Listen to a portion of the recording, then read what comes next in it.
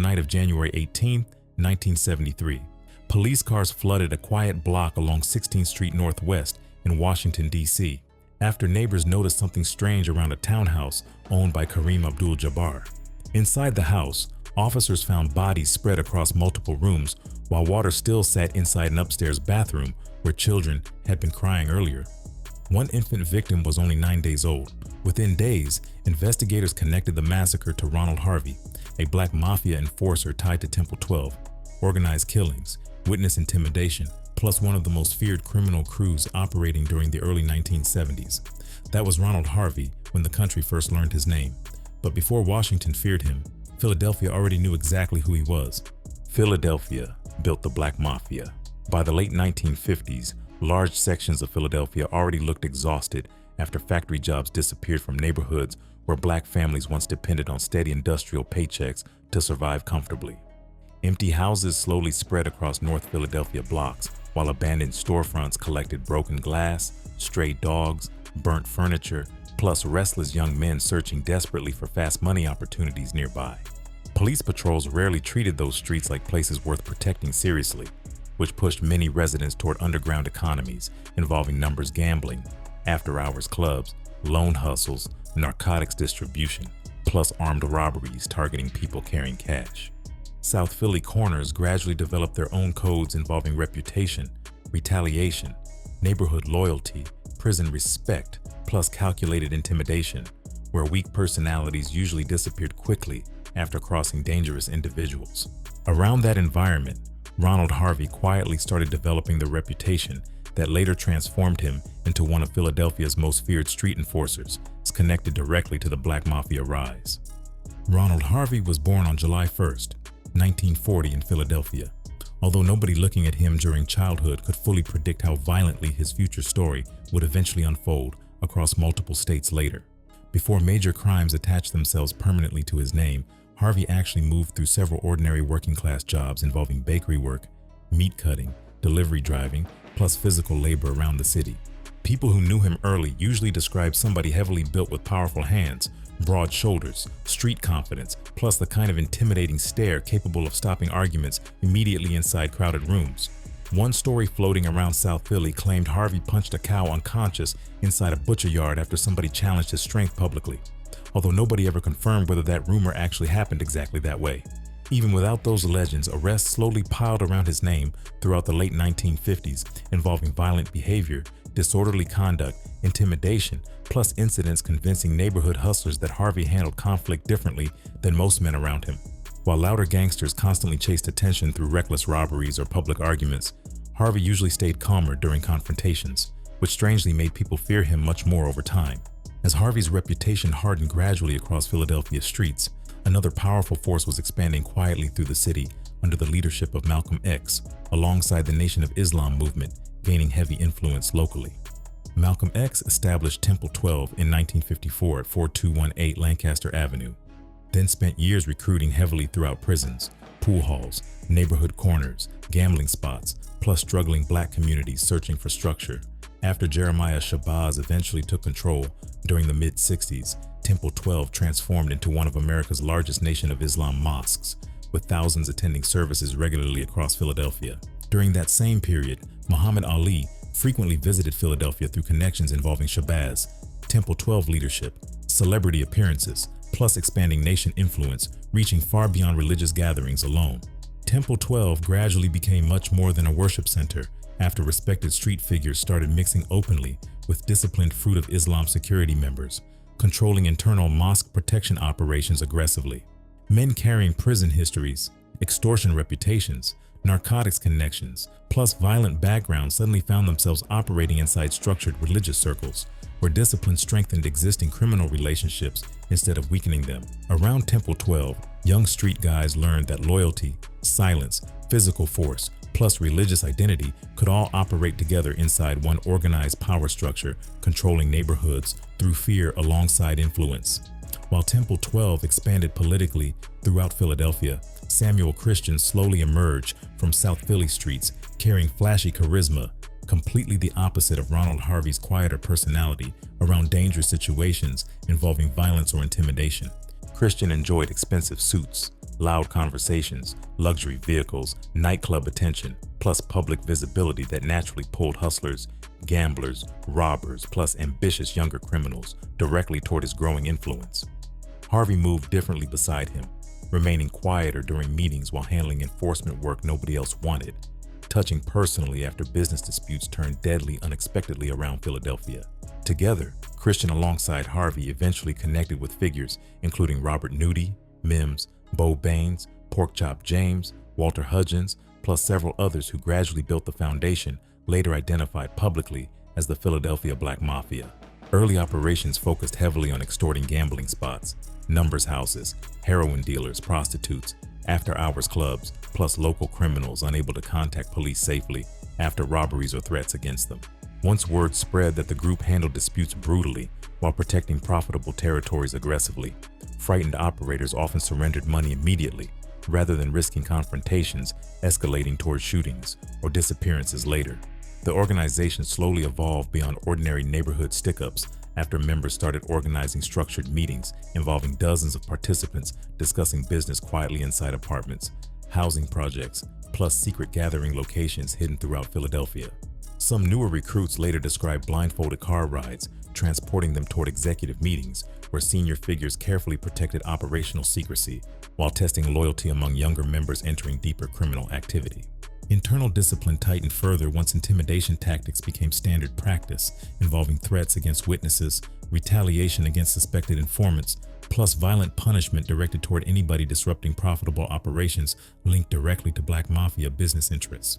Around those same years, Robert Nudie Mims built a terrifying influence through robberies plus murders, eventually connected to the infamous Dubrow furniture store attack, where employees were tied up, shot, burned, plus left traumatized permanently afterward. Stories connected to Mims spread quickly through Philadelphia prisons after inmates realized certain Black Mafia figures controlled violence both outside prison walls, plus inside correctional facilities through loyal street networks.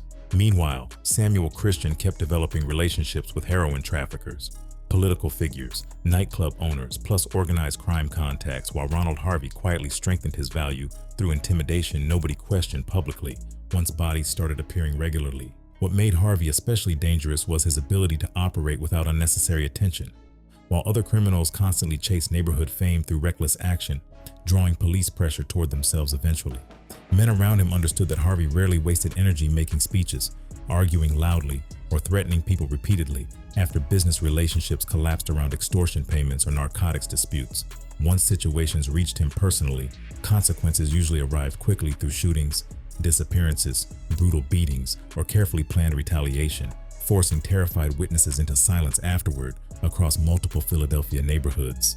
That reputation slowly transformed Harvey into something larger than ordinary street muscle, especially after Nation of Islam loyalty mixed completely with Black Mafia discipline surrounding secrecy, obedience, plus violent enforcement operations.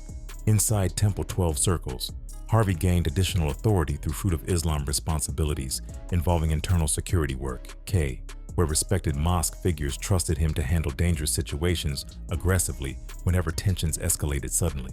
By the early 1970s, long before Washington, D.C. learned his name through horrifying headlines connected to murdered children inside a townhouse, Philadelphia already understood Ronald Harvey handled problems permanently once powerful people pointed him toward targets needing removal.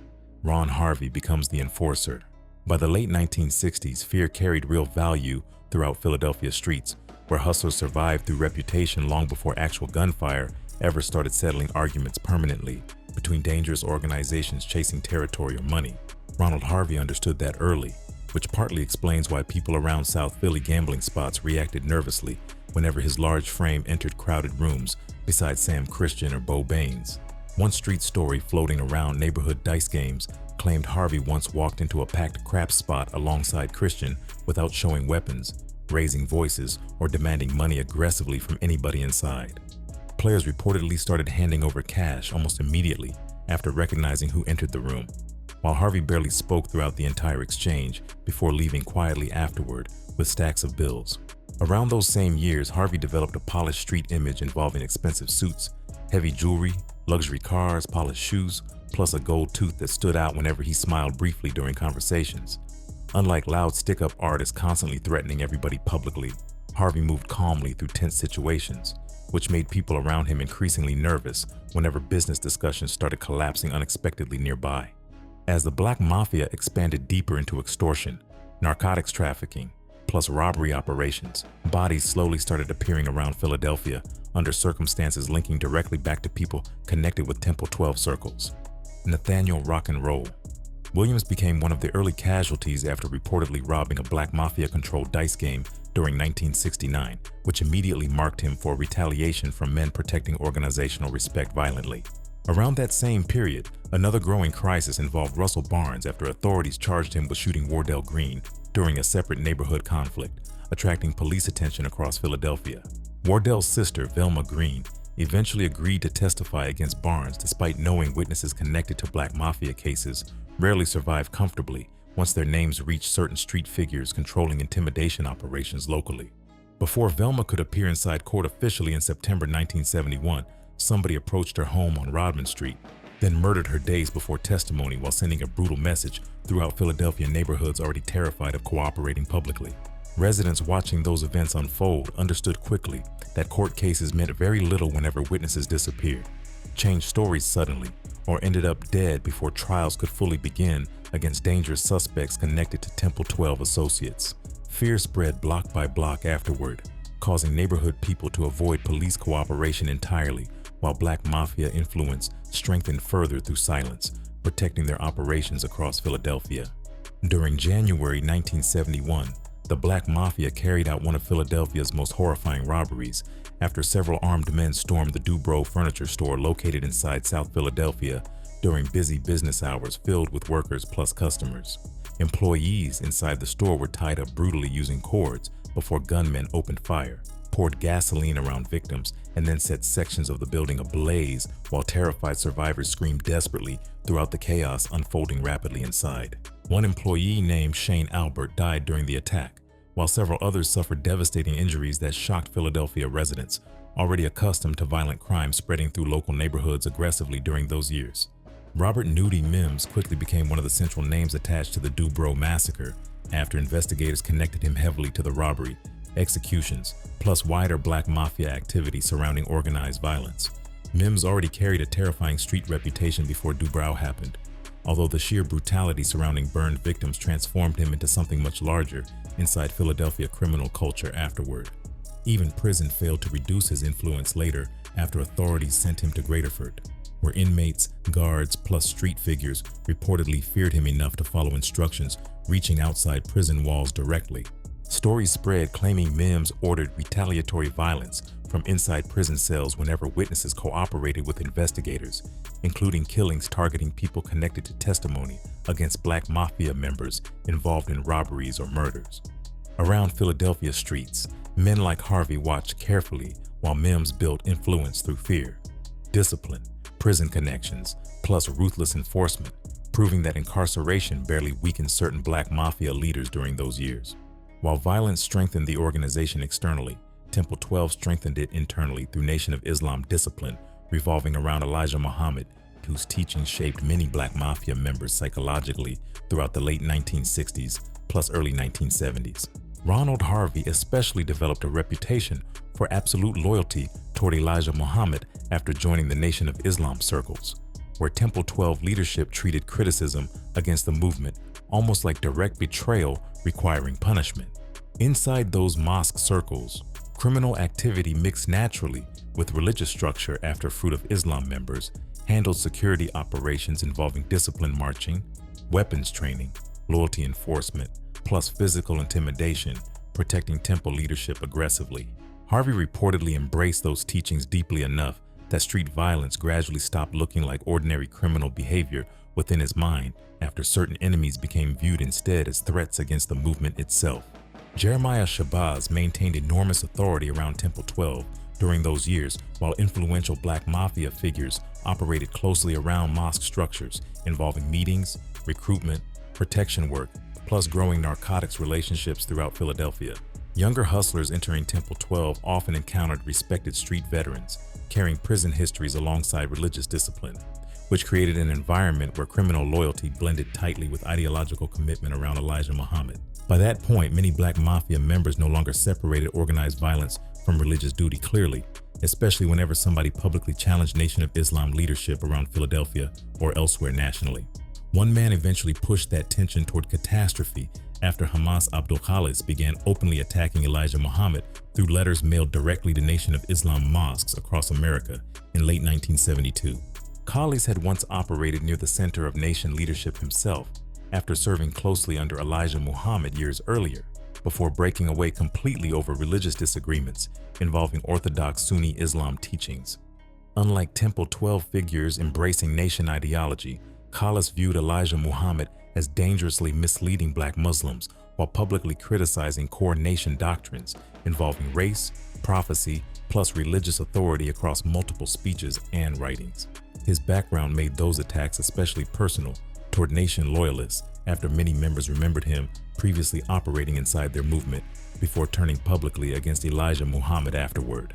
Around Washington, D.C., Khalis built the Hanafi Madhhab Center while attracting followers, including Kareem Abdul-Jabbar, who donated a townhouse serving as movement headquarters, later connected permanently to horrifying violence. Then the letters arrived nationwide, carrying direct accusations against Elijah Muhammad, labeling the nation's leadership fraudulent, while urging mosque members everywhere to abandon the organization entirely before spiritual destruction consumed them completely. One copy eventually reached Temple 12 inside Philadelphia, where Ronald Harvey, Jeremiah Shabazz, Sam Christian, plus several dangerous black mafia associates read words they considered far beyond ordinary criticism. The letters that started a massacre. Long before Ronald Harvey carried guns into Washington alongside black mafia shooters, Kareem Abdul-Jabbar already carried serious influence inside the Nation of Islam before ideological warfare destroyed those relationships permanently afterward. Khalis, born Ernest Timothy McGee in Gary, Indiana in 1921, moved through several religious identities involving Christianity, Catholicism, military service, jazz music, plus eventually Islam after meeting a Sunni teacher named Tasibur Udain Rahman.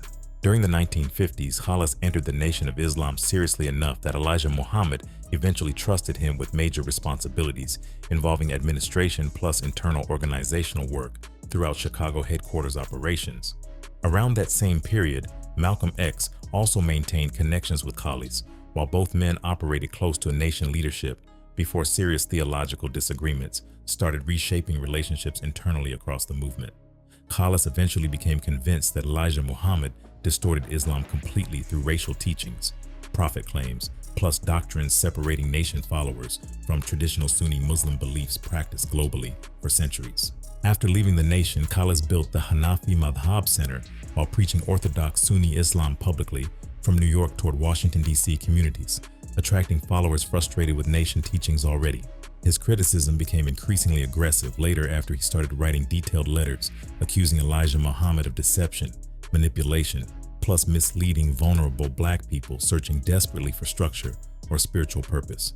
Those letters traveled across America during late 1972 before eventually landing inside nearly every major Nation of Islam mosque, where ministers suddenly encountered direct attacks challenging Elijah Muhammad publicly from somebody formerly trusted internally.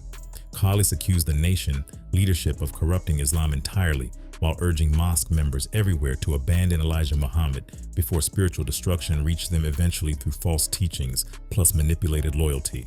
Around Temple 12 in Philadelphia, those writings immediately circulated through highly tense circles involving Jeremiah Shabazz, Fruit of Islam security members, plus black mafia figures already viewing criticism against Elijah Muhammad as almost like open warfare, publicly declared against the movement.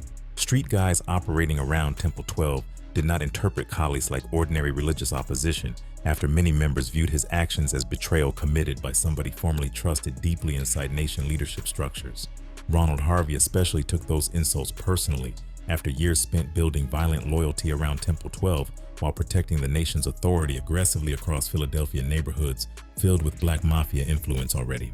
Nobody publicly announced retaliation plans immediately afterward, although conversations around Temple 12 reportedly became increasingly heated once Khalis kept mailing additional criticism throughout multiple mosques nationwide during those months.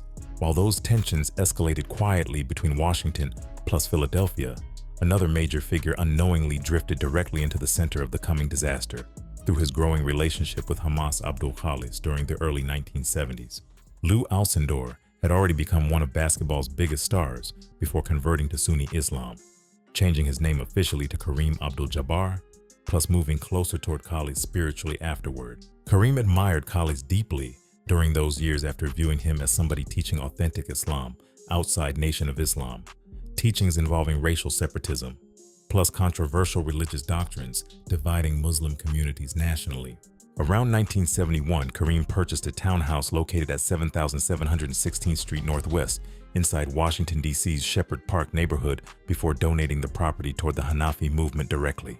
The large three-story building quickly became headquarters for Salis, his wives, children, relatives, visitors, plus Sunni followers moving through Washington regularly during religious gatherings or community events held there often.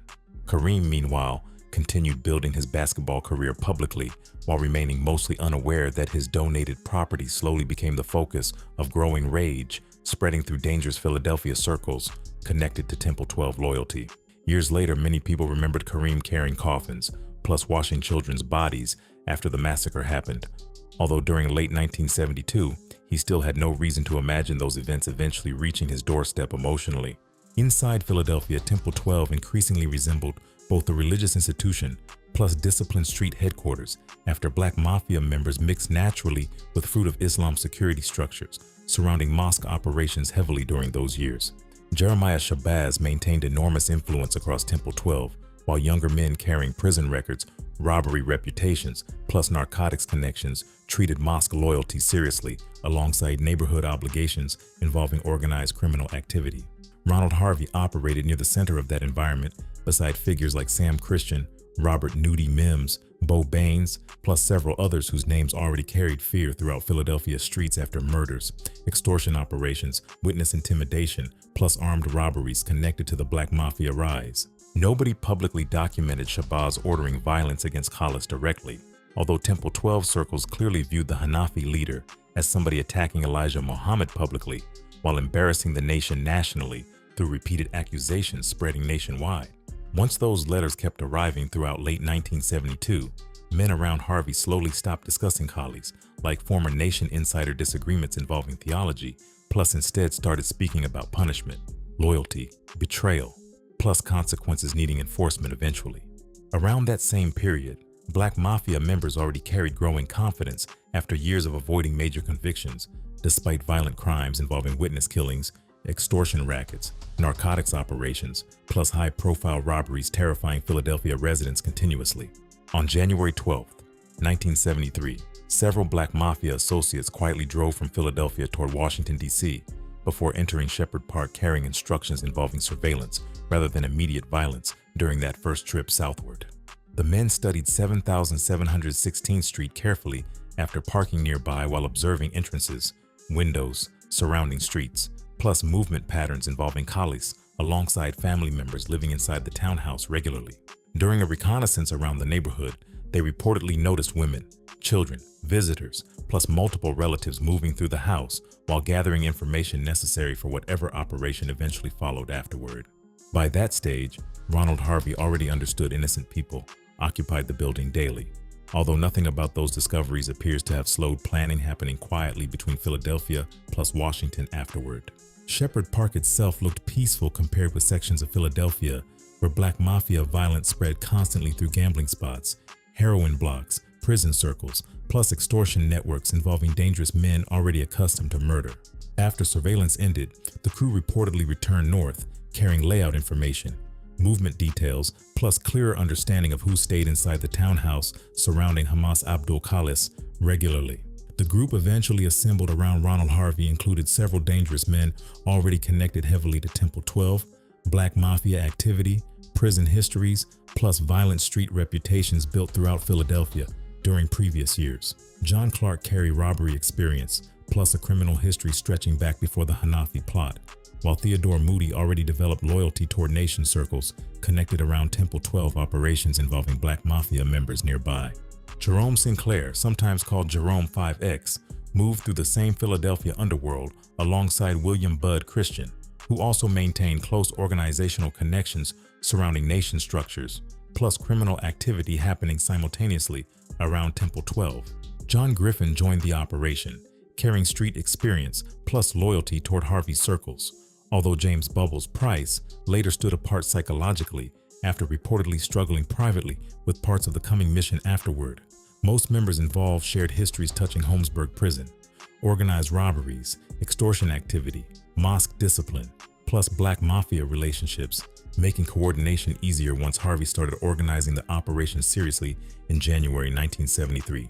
Nobody around that crew looked like ordinary neighborhood stick-up boys anymore after years spent moving through structured criminal systems involving secrecy, loyalty, retaliation, plus religious devotion wrapped tightly together already. Then Harvey finally gathered the men together before vehicles rolled quietly out of Philadelphia, heading south toward Washington, D.C. Although nobody riding south that night understood they were about to become part of one of the worst mass killings the capital had ever seen. The Hanafi Massacre. On January 17, 1973, Ronald Harvey's crew finally arrived in Washington, D.C., carrying weapons, surveillance details, plus enough confidence to move directly towards 7716th Street Northwest without drawing immediate attention nearby. The plan started quietly after one member approached the townhouse, pretending interest in purchasing religious pamphlets distributed through Hamas Abdul-Khalis's Hanafi movement, operating from the property regularly during that period. Daud Abdul-Khalis answered the door, believing ordinary visitors wanted literature, which matched exactly what Harvey's crew expected while preparing the home invasion carefully outside beforehand. After Daud stepped away briefly searching for a change connected to a $5 bill, John Clark suddenly revealed a handgun before announcing the robbery, while additional men entered rapidly through different parts of the house. Within minutes, terrified relatives, guests, women, plus children found themselves rounded together by armed strangers from Philadelphia, whose Temple 12 loyalties already transformed the operation beyond ordinary robbery long before anybody entered that building. The house contained multiple generations connected to Hamas Abdul-Khalis, including wives, daughters, grandchildren, visitors, plus small children completely unaware that black mafia enforcers had traveled from Philadelphia carrying deadly intentions toward everybody inside. Daud Abdul-Khalis quickly became one of the first victims after Harvey's crew forced him upstairs before shooting him during the opening stage of the invasion, unfolding room by room across the townhouse afterward. Other adults inside the building were pushed toward floors, closets, bedrooms, plus basement spaces, while gunmen separated relatives strategically to maintain tighter control throughout the property during escalating violence. Bibi Khalis endured especially horrifying moments after armed men forced her to watch portions of the attack involving children carried upstairs toward bathrooms where bathtubs were already being filled with water. Several children, including toddlers, were drowned methodically while adults downstairs listened helplessly to screams, movement, plus heavy footsteps spreading throughout the townhouse continuously during those terrifying hours. One infant named Tassibur, only 9 days old, was reportedly killed inside a sink while family members remained restrained nearby, unable to stop anything happening around them physically. Amina Khalis, meanwhile, suffered repeated gunshots after attackers forced her to kneel inside a closet before opening fire multiple times, believing she would eventually die from catastrophic injuries afterward. Despite absorbing repeated wounds around her head, Amina somehow survived while pretending death during moments when shooters moved toward additional targets elsewhere inside the property. Bibi also survived a gunshot wound afterward, although the physical plus psychological damage permanently destroyed much of her health for the remainder of her life following the massacre. While most men inside Harvey's crew participated directly throughout the violence, James "Bubbles" Price reportedly reacted differently once the operation shifted beyond targeting Hamas Abdul-Khalis himself toward women plus children trapped helplessly inside the townhouse. Price already carried a criminal history involving Temple 12 circles, prison time, plus black mafia loyalty before joining the trip toward Washington alongside Harvey John Clark, Theodore Moody, Jerome Sinclair, William Christian, plus John Griffin. According to later accounts connected to the investigation, Price became visibly uncomfortable after Harvey ordered someone to prepare the upstairs bathtub, where several children were eventually drowned during the massacre unfolding rapidly. At one point, Price reportedly questioned what was happening around the children, which immediately drew Ronald Harvey's attention during an operation where hesitation already looked dangerously close to disloyalty. Harvey allegedly responded coldly by telling Price the seed of a hypocrite is in them, which framed the killings through ideological language instead of ordinary criminal brutality happening inside the house.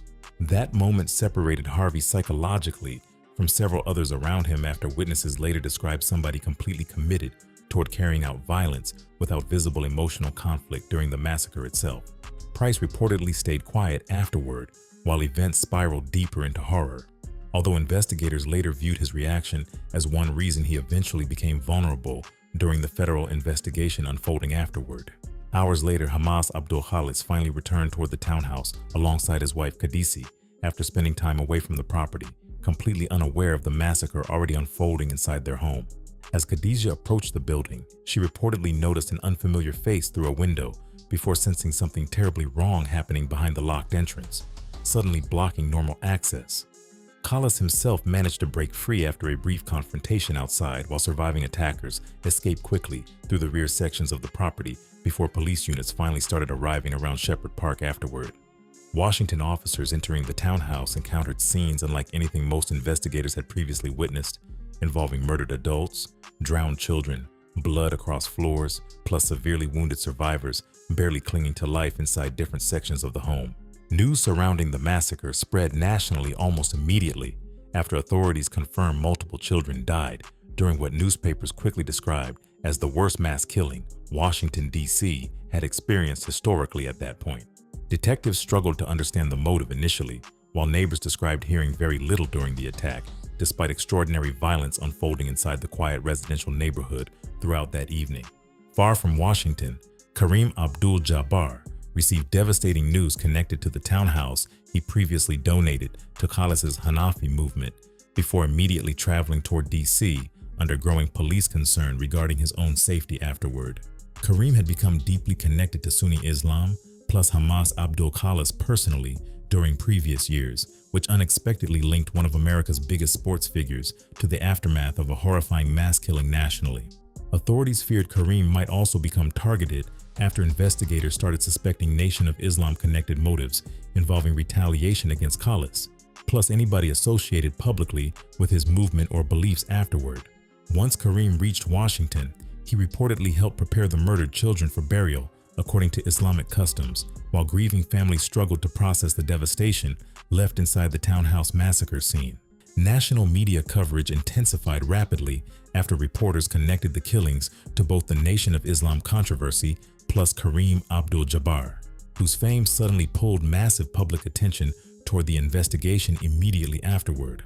Around Philadelphia, meanwhile, black mafia whispers spread through gambling houses, heroin corners, prison circles, plus Temple 12 discussions where Ronald Harvey's reputation suddenly transformed from feared street enforcer towards something much darker nationally.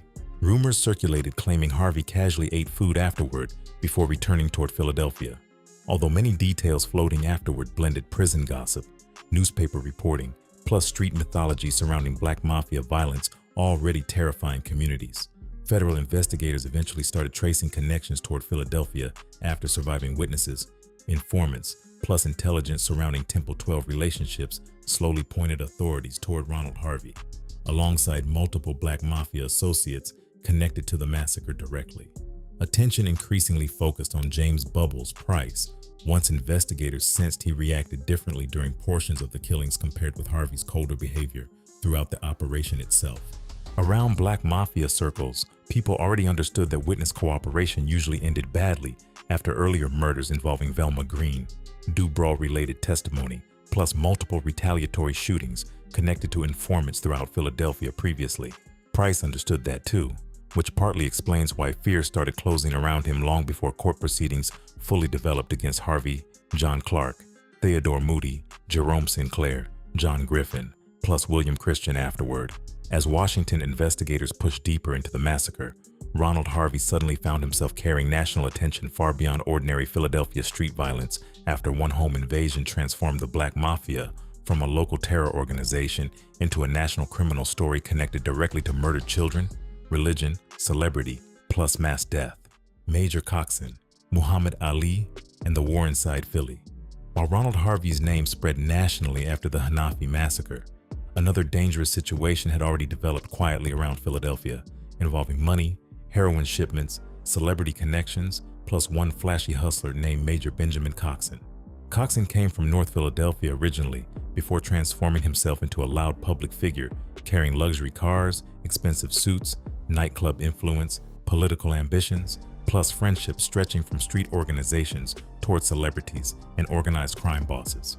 By the early 1970s, Coxon owned a Rolls-Royce, multiple luxury vehicles, nightclubs, plus a large home in Cherry Hill, New Jersey, where powerful people regularly passed through private gatherings afterward. He maintained relationships with Harlem traffickers connected to Frank Matthews, while also building ties with Angelo Bruno's Philadelphia Mafia circles, operating heavily around narcotics money during that period. Around Nation of Islam environments, Coxon also carried influence through Temple 12 relationships involving Jeremiah Shabazz plus Black Mafia figures who respected his money, connections, plus political access locally. Unlike Ronald Harvey, who operated mostly through intimidation, Coxon enjoyed cameras, public speeches, campaign events, plus social visibility, by making him one of the most recognizable Black underworld figures around Philadelphia. Muhammad Ali's friendship with Coxon increased his visibility even further after the heavyweight champion started appearing publicly around him during the early 1970s, while both men moved through overlapping social plus religious circles nearby. Ali admired successful Black businessmen publicly during those years, which partly explains why he maintained relationships with figures like Coxon despite rumors surrounding organized crime, narcotics trafficking, plus underworld violence following him constantly. In 1972, Coxon even ran for mayor of Camden while promoting himself as a legitimate businessman capable of rebuilding struggling neighborhoods despite federal authorities already investigating his activities heavily. Ali reportedly attended some gatherings around Coxon while publicly supporting him socially, which created powerful optics around Philadelphia, where ordinary residents suddenly saw celebrity culture mixing directly beside suspected organized crime operations. Around Temple 12 circles, those relationships mattered heavily after Black Mafia members increasingly viewed themselves not merely like neighborhood criminals, but as influential power brokers operating near politicians, athletes, entertainers, plus religious leadership simultaneously. Coxon moved comfortably between those worlds while maintaining communication with gangsters, mosque leaders, political figures, plus wealthy businessmen without appearing nervous around any group nearby. Behind those flashy appearances, serious pressure slowly started building after a Gambino-connected heroin shipment reportedly disappeared during a major narcotics arrangement involving Black Mafia figures expecting enormous profits afterward. According to investigators later studying the situation, Coxon supposedly promised to help recover missing heroin while negotiating financial arrangements connected to the lost shipment involving dangerous people expecting payment quickly. Black Mafia figures, including Sam Christian, became increasingly frustrated after promised money failed to arrive, while rumors spread that Coxon stalled repeatedly, trying to buy additional time privately. During those weeks, Ronald Harvey reportedly moved closer toward the conflict, while tensions escalated quietly between powerful Philadelphia street figures capable of ordering executions over far smaller financial disputes already. Around Temple, 12-plus Black Mafia circles, unpaid debts rarely disappeared peacefully once large narcotics money became involved, alongside damaged reputations affecting dangerous men protecting authority through violence continuously. Coxon, meanwhile, continued appearing publicly around expensive cars, political ambitions, plus celebrity friendships, while men surrounding Harvey allegedly discussed punishment behind closed doors elsewhere across Philadelphia. Everything finally exploded during the early morning hours of June 8, 1973, after several men arrived outside Coxon's Cherry Hill residence carrying guns while most people inside the home remained asleep, completely unaware of the danger approaching quietly. Coxon reportedly recognized familiar faces outside before allowing the men into his house comfortably, which investigators later connected to Ronald Harvey plus Sam Christian after survivors described portions of the invasion afterward. Inside the residence were Coxon, Louise Luby, her daughter Lita, her sons Toro plus Jeff, along with other family members, suddenly trapped once armed men started taking control aggressively throughout the house. Victims were tied up using neckties before Harvey's crew reportedly forced several people to kneel while executions started room by room inside the residence, similarly to methods seen during the Hanafi massacre months earlier. Coxon received multiple gunshots around his head, while Louise Luby suffered devastating injuries that permanently damaged her afterward during the terrifying assault unfolding rapidly across the property. Lita later died from injuries connected to the attack, while Toro survived, partially blinded after gunfire tore through portions of the home during moments where chaos completely overtook everybody inside. Young Jeff managed to escape despite being tied up after forcing himself toward a neighbor's property, desperately seeking help while gunmen still moved through the residence behind him. That escape changed everything afterward, since Jeff's actions brought the police toward the house quickly enough that several victims actually survived the invasion despite catastrophic injuries. News surrounding Coxon's murder immediately shocked Philadelphia plus Camden after one of the region's most recognizable black underworld figures was executed inside his own luxury home beside wounded family members afterward. Investigators quickly connected similarities between the Cherry Hill killings plus earlier violence involving Ronald Harvey's circles after witness intimidation, execution methods, plus black mafia involvement repeatedly surfaced throughout conversations surrounding the case. Muhammad Ali suddenly faced uncomfortable public questions regarding his relationship with Coxon, while reporters pushed hard, attempting to link the heavyweight champion to dangerous Philadelphia crime networks operating around Temple 12 plus black mafia circles. Ali publicly distanced himself afterward, while insisting Coxon was merely an associate rather than a close personal friend. Although many people around Philadelphia already understood how deeply celebrity culture overlapped with underworld politics during those years, federal pressure intensified heavily after the Coxon murder because authorities now connected Ronald Harvey not only to the Hanafi massacre involving murdered children, but also to another brutal home invasion, leaving multiple victims dead inside New Jersey. During June 1973, Harvey was finally arrested briefly in Philadelphia before posting $175,000 bail unexpectedly, then disappearing almost immediately afterward, while investigators scrambled unsuccessfully trying to locate him across multiple states afterward. The FBI hunt and the fall of the Black Mafia. By December 1973, federal authorities finally pushed Ronald Harvey onto the FBI 10 Most Wanted list, where he became fugitive number 320, while Sam Christian landed immediately behind him as fugitive number 321. That detail mattered heavily afterward, since investigators rarely placed two men from the same criminal organization onto the national fugitive list almost simultaneously during FBI history. Around Philadelphia streets, those announcements only increased the Black Mafia legend after residents already viewed Harvey, Christian, plus figures like Nudie Mims as untouchable neighborhood forces operating beyond ordinary police control. Rumors kept spreading that Harvey still cruised through West Philadelphia, driving expensive cars, despite federal agents hunting aggressively across multiple states after the Hanafi massacre. Plus, the Coxon murder investigations intensified nationally. Several stories even claimed Harvey appeared publicly alongside Nudie Mims, while both men moved confidently around Philadelphia, despite mounting murder charges connected to some of America's most horrifying violent crimes recently.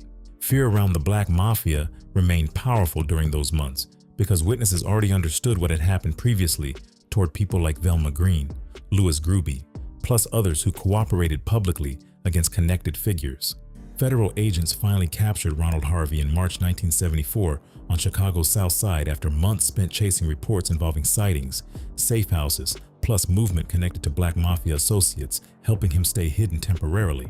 Once trials started afterward, prosecutors quickly discovered intimidation still poisoned nearly every major witness connected to the Hanafi massacre, plus the Coxon murder investigations unfolding across Washington plus Pennsylvania simultaneously. Emina Collis returned carrying catastrophic physical plus emotional trauma after surviving repeated gunshots inside the 16th Street townhouse, although courtroom appearances reportedly became extremely painful while defense lawyers challenged her testimony aggressively. During one later proceeding involving John Griffin, Emina reportedly broke down emotionally before fleeing court entirely after reliving portions of the massacre publicly, once again under intense pressure. Witness fear continued shaping outcomes everywhere after Ronald Willis, who testified against Harvey during Pennsylvania proceedings linked to the Coxon case, was later murdered following cooperation with prosecutors. Around Black Mafia circles, that killing reinforced old street beliefs that speaking publicly against powerful figures connected to Temple 12 or organized Philadelphia crime remained extremely dangerous despite growing federal pressure afterward. Eventually, Ronald Harvey received 7 consecutive life sentences for the Hanafi massacre, after prosecutors proved his role in the Washington killings involving murdered adults plus drowned children in January 1973. Additional convictions connected to the Coxon investigation later added even more life sentences, while several members of Harvey's crew also received massive prison terms afterward for their involvement in the massacre.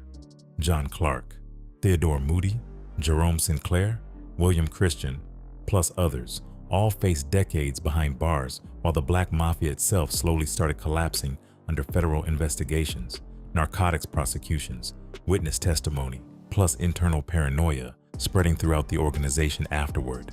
Even then, prison barely silenced certain figures completely after men like Nudie Mims reportedly maintained influence behind bars while continuing to shape underworld relationships connected to future groups like the Junior Black Mafia later during the mid-80s. Around Temple 12, the Nation of Islam leadership eventually faced growing scrutiny nationally, while the Hanafi massacre permanently damaged public perception surrounding Black Mafia ties towards certain Philadelphia mosque circles.